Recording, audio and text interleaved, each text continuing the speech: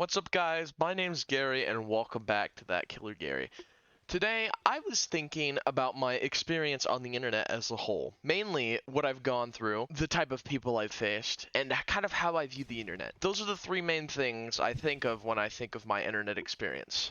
But today, I mostly want to go through the experience of friends. You see, making friends on the internet is kind of a difficult thing.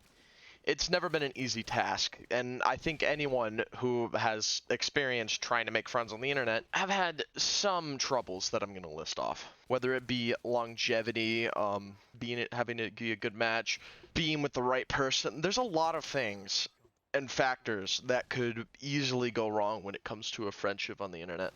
Or I guess homies, if you don't like saying the word friendship. Yeah, I don't know. Whatever the fuck you want to call it. Homies, boys, boyfriends, whatever floats your boat. This is 2023. Anything works. Me personally, I've gone through some very interesting friend experiences over the years. And as I said before, it's really hard to find the right people.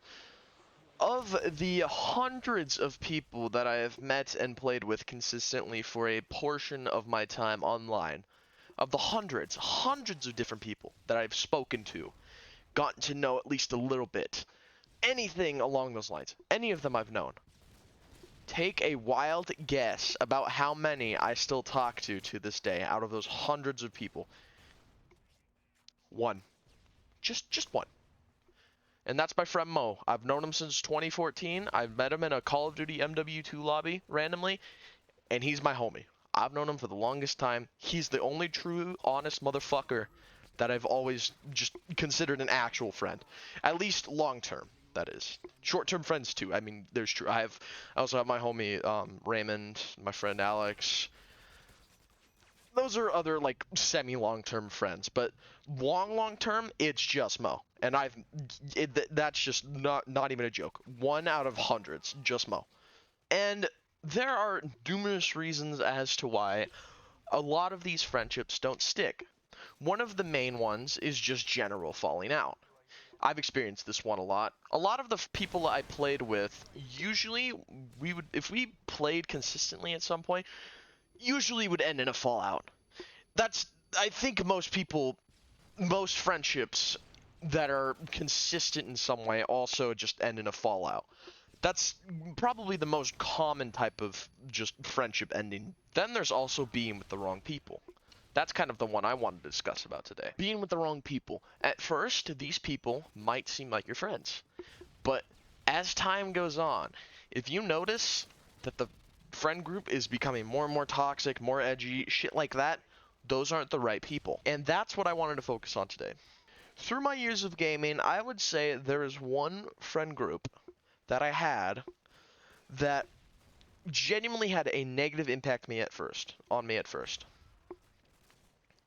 I'm not going to name any names because honestly, out of this group of people, I only keep contact with two, and those were the only two genuine people in that group, I would say. At first, this group started out nice. I randomly met these people on Minecraft, and we usually just gamed in Minecraft, and it was fun. We just enjoyed ourselves back in the day. You know, we were kids, man. That's just what we do. We're just kids. We're trying to enjoy ourselves on Minecraft. Yada yada.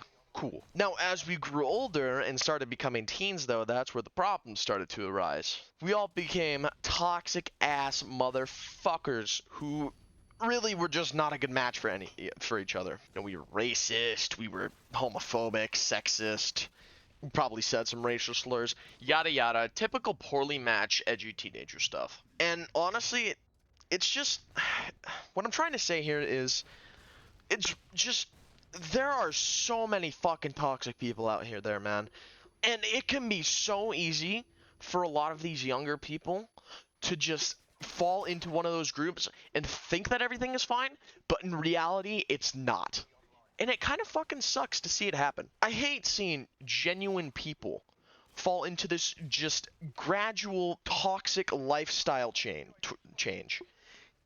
And it's so disappointing. And to see them just deteriorate because of the people that are around them, it sucks ass. It really just makes you feel like shit. And I am no different to this. Personally, I would not consider myself a good person because I'm a mentally ill motherfucker who is extremely self-conscious and incompetent in everything I do. But according to other people, I'm a pretty decent person. so I would take their word for it over mine. And I'd say if those people think I'm a decent person, I think I got that from this toxic friend group I was in. You know, as this friend group dragged on and got more toxic, shitty, just complete ass, I started to learn more and more, and I started to mature more and more, and I think it helped me grow as a person. It helped me realize what is right, what is wrong, and I think it's shaping me into the almost adult that I am becoming today. And as sucky as I said before, I hate seeing people fall into these kinds of friendships and situations. There is a really valuable lesson of maturity that can be taught by it, and honestly, there are a decent. I think most people would benefit from going through it. Not everyone though. There are still people in that fucking group they're around my age, almost 18. They still act the fucking same. I can tell they're still generally toxic, borderline racist, borderline homophobic, maybe even homophobic and racist. I don't know.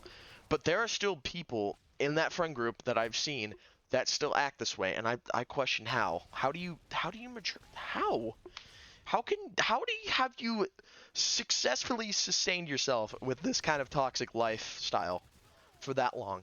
I genuinely question. But that's besides the point. As I was saying, I think there is a valuable lesson for most people coming out of one of those friend groups.